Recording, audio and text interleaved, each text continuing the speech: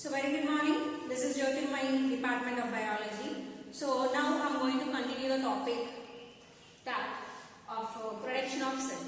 So in the previous class we learned what is a life cycle and how they rear it, and now we look at how the production of silk takes place. Okay. So generally the production of silk is based on the rearing of silkworms to obtain cocoons. So I told you in a previous class up to cocoons. So generally when silkworm life cycle reaches to cocoon, they collect the cocoons and they store it. If not, and they boil it in a hot water. If not, what happens to it? Generally, if cocoons are not boiled, then inside of the silkworm, it grows up and changes its body from worm to moth. And later it completely develops its body. The cocoon gets break into two pieces and from that silk moth come out. But the concept of rearing silkworms to get silk, it's supposed to be the cocoon gets damaged, we won't get the long continuation thread. So that what they do it, they boil it in a hot water. That process of doing is known stiffling. What is the process known? Stiffling. So by the process of stiffling, they boil cocoons in hot water for 15 minutes to kill that silkworm. That is one concept. And the second concept, to get long fiber. Okay, to get long fiber. So this long fiber is about 1000 to 3000 feet. So 1000 to 3000 feet fiber we get, and that based on the type of silk. Okay. So from the cocoon, when you boil it, you get a long thread. That thread is about 1000 to 3000 feet. And then how to take that thread from a cocoon? By a process known reeling. What is the process known? Reeling. By the process of reeling, by using of reelers, they take the thread, long thread, and they reel it. And they reel and they spun. They twist it and they roll it. Later they get a long yarn. By using of that yarn, they make silk fiber.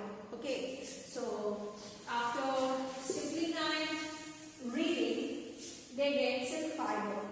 And that silk fiber, by the process of spinning, by the process of spinning, they take thread and they twist and they spun and they make a long yarn to make fabric. This is silk saree actually. See, it's shiny. So this silk saree is made by silk fiber. And but before to make a fabric, we need to make fiber to yarn. So by the process of spinning, we make yarn. To these yarn, some people give coloring before making it as a fabric. Some of them give after making fabric. I hope this is for these saree to get colors after weaving. I think so. So spinning after, they get the yarn by using of that interlocking of yarn. Generally there are two yarns are adjusted in loops. To weave cloth, they use two loops. One is hand loop, if not power loop. Hand loop or power loop. Hand loop or power loop. These loops are helpful to weave cloth. So they take weft and draft threads. These weft and draft threads they arrange and they weave cloth. The process of weaving cloth is known weaving. And by these way we get fabric, silk fabric.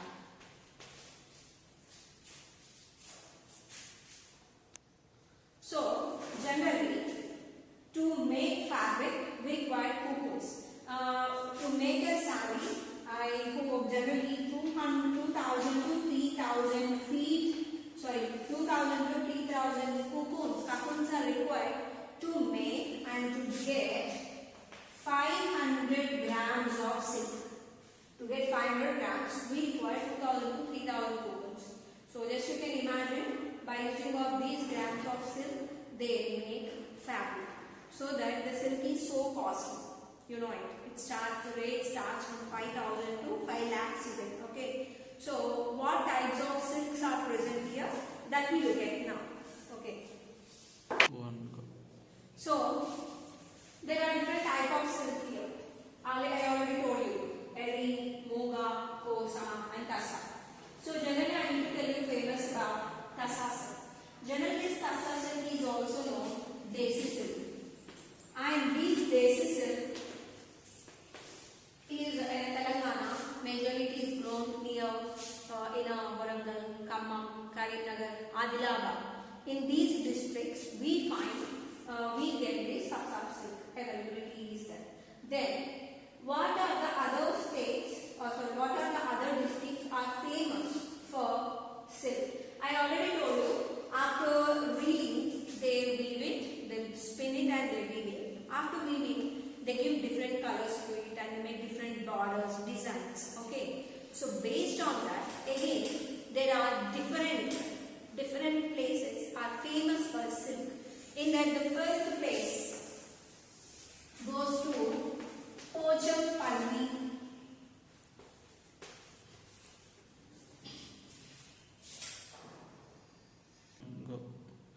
So this Pochampally is famous for one design. You know, it is Ikat. Ikat is very famous design for Pochampally. It has a zigzag design and it also has a patent right on that design. So you know, when they are giving colors to it, after weaving they give colors to it. When they are giving colors to it, printing to it, the printing and design is in zigzagging manner. Okay. And the silk fiber of Pochampally is also known tie and dye. Tie and dye. Because of their dyes. Dyes means colors. The dyeing of the Pochampally is very different. It is completely different. They give a beautiful colors and beautiful design to the Pochampally saree. So that the sarees of Pochampally are also known tie and dye sarees. So before our death, we must and should tie that. So it is so beautiful. So based on the beauty, the Pochampally is very famous in Telangana. The Pochampally is also known the state of silk. It is also known silk state. So the Pochampally is also known the famous place of silk city. Okay. And after that Pochampally, there are more present Dharmavaram. Dharmavaram, you know, it has a rich bhuta. The bhuta is rich like this. The bhuta is rich. It's a broad bhuta will have dots and spots and has a beauty. Along with that, we also can find some other is Narayanpet,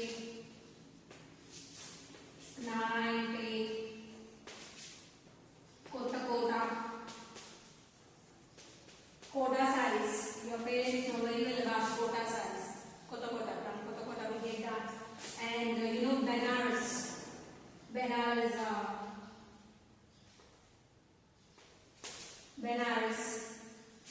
sarees. And almost we also can find some other sarees are found in some other areas. Majorly here, they are given in your textbook. Some of the names here, Kanchipuram. You know, it's a very famous Kanchipuram. Here we are finding Kanchipattu.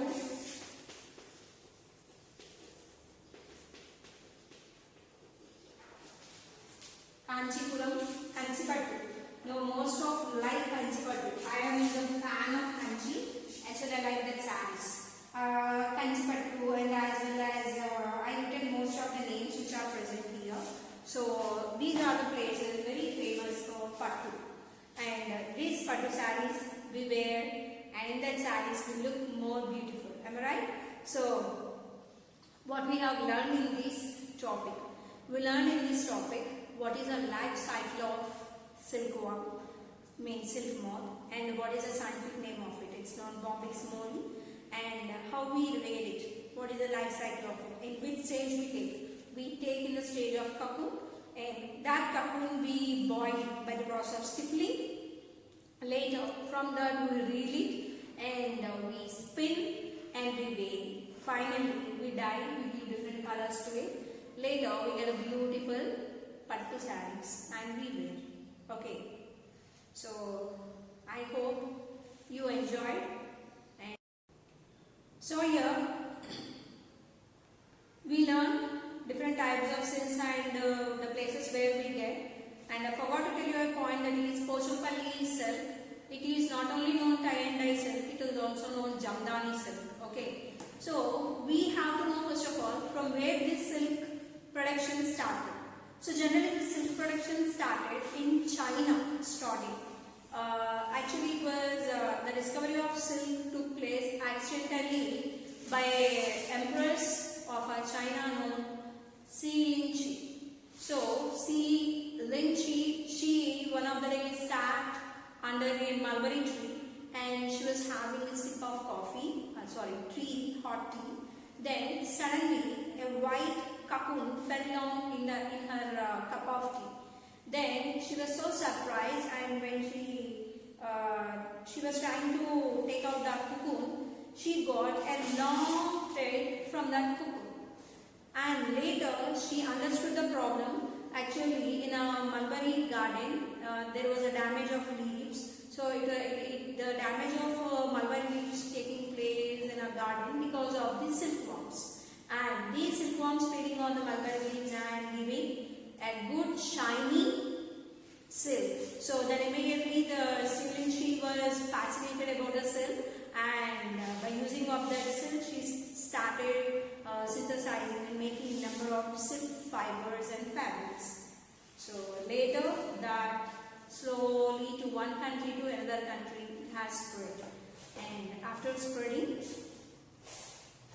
now we know it, every area the silk became famous. You know, generally until now we are thinking about only the natural silk which we get.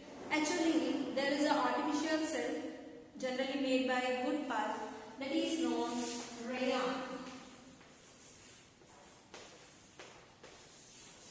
Some other country, in the replacement of silk, they make use of rayon. This rayon is also known artificial silk.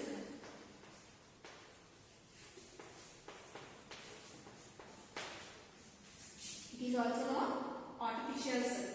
This silk is replacement for original silk. Okay. So by this way, there are different silks we get, and we use it in our regular life as for wearing clothes and as a sarees or dupattas, if not kurtas, for different purposes. The silk is used and widely sell in the market.